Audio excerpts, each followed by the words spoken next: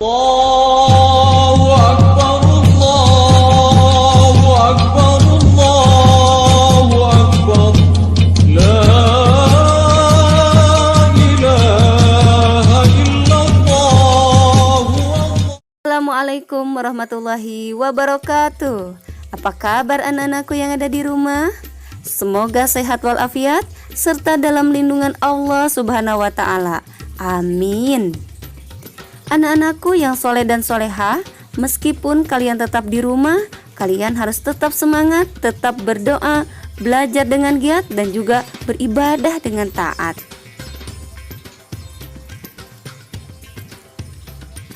Pada pertemuan kali ini, kita khusus membahas sejarah tentang kurban, karena besok kita akan merayakan Idul Adha atau Hari Raya Kurban. Anak-anakku yang soleh dan solehah, umat Islam mempunyai dua hari raya, yaitu Hari Raya Idul Fitri dan Hari Raya Idul Adha. Hari Raya Idul Adha disebut juga Hari Raya Kurban, karena pada Hari Raya Idul Adha ini umat Islam melaksanakan ibadah kurban. Nah, anak-anakku yang soleh dan solehah, dari sinilah berawalnya sejarah ibadah kurban. Adapun ibadah kurban ini diperintahkan oleh Allah Subhanahu wa Ta'ala, yaitu sejak zaman Nabi Ibrahim alaihissalam, yang ketika itu Nabi Ibrahim alaihissalam mendapatkan perintah dari Allah Subhanahu wa Ta'ala untuk mengorbankan putra kesayangannya, yaitu yang bernama Nabi Ismail alaihissalam. Namun Allah menggantikan pengorbanannya dengan seekor domba atau kambing. Nah, anak-anakku yang soleh dan solehah, baiklah, terlebih dahulu marilah kita bersama-sama membaca surah Al-Kautsar dari ayat 1 sampai 3.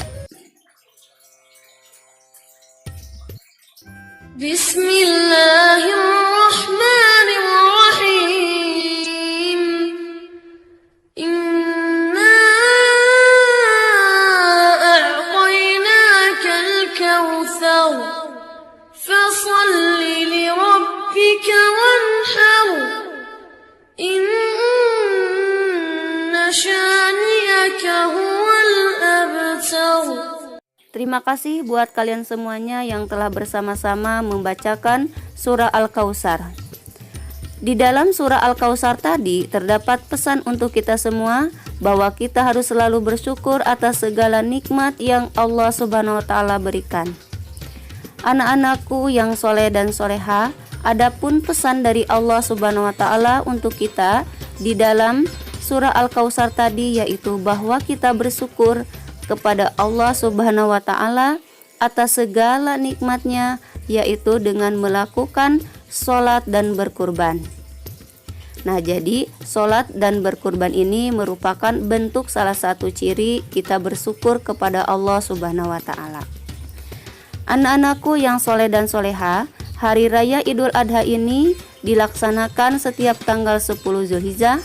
Pada hari itu umat Islam melaksanakan sholat Id, seperti halnya melaksanakan sholat Idul Fitri. Setelah umat Islam melaksanakan sholat sunnah Id, kemudian umat Islam melaksanakan ibadah kurban dan memotong atau menyembelih hewan kurban. Adapun waktu pelaksanaannya, untuk melakukan dan melaksanakan kurban ini dilaksanakan pada tanggal 10 Zulhijjah atau tepatnya Hari Raya Idul Adha, atau juga disebut Hari Nahar. Boleh juga dilaksanakan hari tasyrik, yaitu tanggal 11, 12, 13 Zulhijjah. Anak-anakku yang soleh dan solehah, adapun hewan yang digunakan berkurban antara lain kambing atau domba, sapi atau unta. Nah, ini adalah hewan-hewan yang digunakan untuk berkurban. Nah, anak-anakku yang soleh dan solehah, hewan yang kita kurbankan kemudian disembelih, lalu dagingnya dibagikan untuk sanak saudara, kerabat, tetangga, dan fakir miskin. Jadi semuanya kebagian. Anak-anakku yang soleh dan solehah, adapun hikmah dari diperintahkannya kurban ini antara lain. Yang pertama, sebagai ungkapan rasa syukur kita kepada Allah Subhanahu wa Ta'ala atas segala nikmat yang Allah berikan kepada kita. Yang kedua, sebagai sarana untuk membangun kepedulian sosial atau kepedulian kepada sesama kita, karena dengan berkurban kita ikut membahagiakan orang lain. Kemudian yang ketiga, sebagai pembelajaran bagi kita bahwa segala sesuatu itu butuh pengorbanan. Apapun yang kita inginkan harus diperjuangkan dengan cara berdoa, berusaha, dan bertawakal. Anak-anak yang soleh dan soleha, coba kalian nanti praktekkan sholat sunnah Idul Adha dengan panduan orang tuamu di rumah. Secara umum gerakan dan bacaannya sama seperti sholat biasa. Hal yang membedakan sholat Idul Adha ini dilaksanakan dengan ketentuan sebagai berikut.